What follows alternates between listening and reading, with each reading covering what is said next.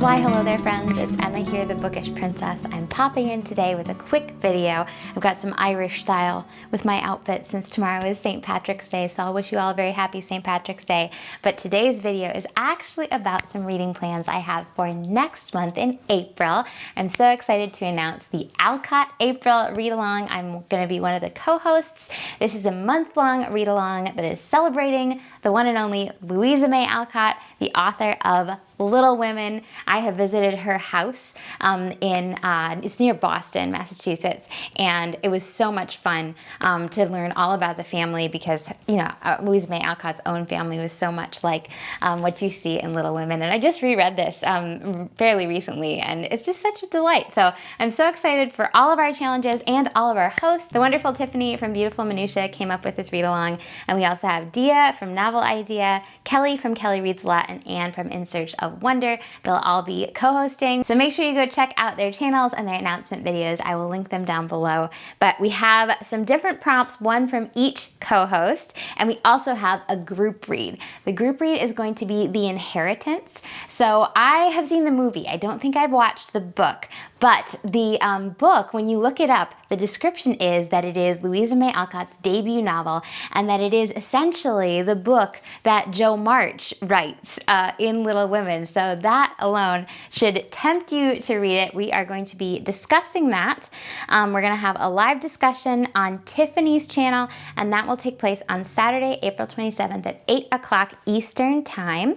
We are actually also going to do a watch along of the Inheritance movie film adaptation, and that is going to be the day before the live discussion on Friday, April 26th at 8 o'clock Eastern Time. So make a note of those dates if you want to join us. And the other Alcott April date to keep in mind is that we're going to be doing live reading sprints, and those should be on Saturday, April 13th at 1 o'clock Eastern Time. So let's hop into the prompts. You've got our group read, which is The Inheritance. Tiffany's prompt is to read a nonfiction book about Louisa May Alcott or the time period in which she wrote. I loved learning about Louisa May Alcott at Orchard House when I visited, and I think there was a book, one of the books about Marmee, because her mother sounds like such an incredible person.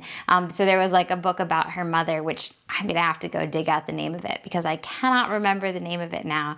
But it's so fascinating to learn about her life. One of the things she liked to do was she liked to go running, which like these days, so many people go running. It's totally common. But back then in the 1800s, it was not at all common. And Louisa May Alcott would be running in her hoop skirts like down the roads. It just, I don't know, it's such a great picture. It's so fun to learn about her life. Deea's prompt is to watch an adaptation of one of Louisa May Alcott's works, which if you join us for The Inheritance, then that should be perfect. Check off that one.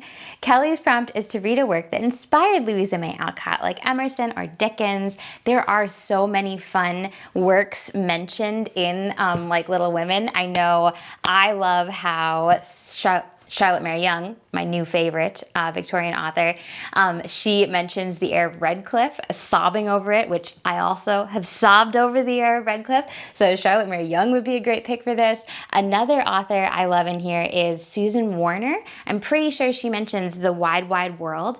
And Susan Warner wrote Christian books at this time period that were very popular. They're not as popular now, but I've read The Wide, Wide World, and I know I've read another one, but I really enjoyed the ones that I've read. I'm thinking I might go with a Susan Warner, but really you have such a wealth of books to choose from because of course Louisa May Alcott was so well read herself. Her father was Bronson Alcott, was like a transcendentalist and a teacher and really had all these different ideas and was so well read and had so many literary friends, which we'll come back to that.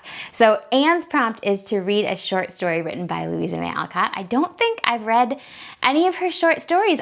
I've of course read Little Women and Good Wives, and I have read the sequels, Little Men and Joe's Boys. They are very sweet. And then I've also read An Old-Fashioned Girl. I remember loving this one.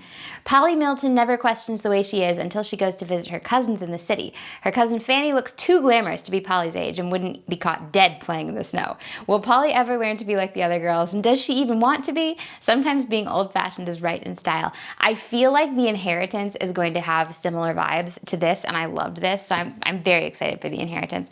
But I also just wanted to put in a good word here. Again, these aren't short stories, but it's Alcott April, so these are lovely. This is another lovely series from Louisa May Alcott. The first in the series, I don't think I have it here. I have 8 cousins. and Rose in Bloom.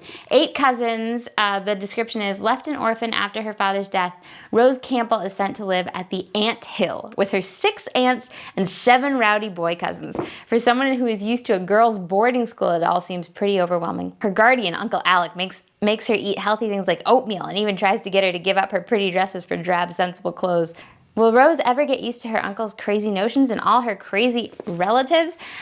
What is the first one? Is it 8 cousins? Maybe this is the first one, and then it goes into Rose in Bloom. But anyway, I'm kind of tempted to pick up one of these again, but I'm definitely going to do some research and pick out a short story. And then my prompt, our last challenge, is to read a work written by one of Louisa May Alcott's neighbors. I remember at Orchard House in the library, in Bronson's library, there's like all this information about all of his friends who were people like Thoreau and Emerson and all these incredible authors. So you could read one of them. Walden Pond is not all that far away from Orchard House, I'm pretty sure. And it's so crazy when you're at Orchard House, like literally right next door is Nathaniel Hawthorne's house. So there were so many incredible literary neighbors. You will definitely have lots of fun choices for that one. So that's Alcott April. I hope you'll join us. If you're going to, definitely let us know down in the comments below. I think Louisa May Alcott should be a wonderful author to usher in the spring with. I'll talk to you all again soon, and until then, stay bookish.